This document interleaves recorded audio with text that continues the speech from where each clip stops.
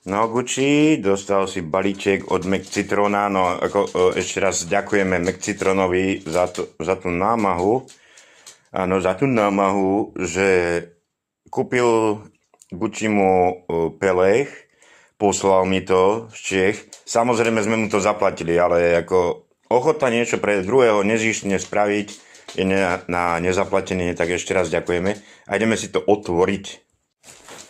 No, ty kokso to tam riadne nabalil. No, Gučinko, neboj. Neboj sa, neboj.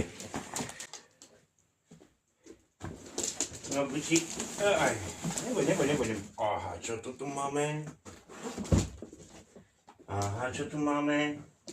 Jaký pelek pre teba? Čo to je? No, Guči, páči sa ti, áno, takýto pelech? Páči sa ti? Povedz, ďakujeme, McCitron.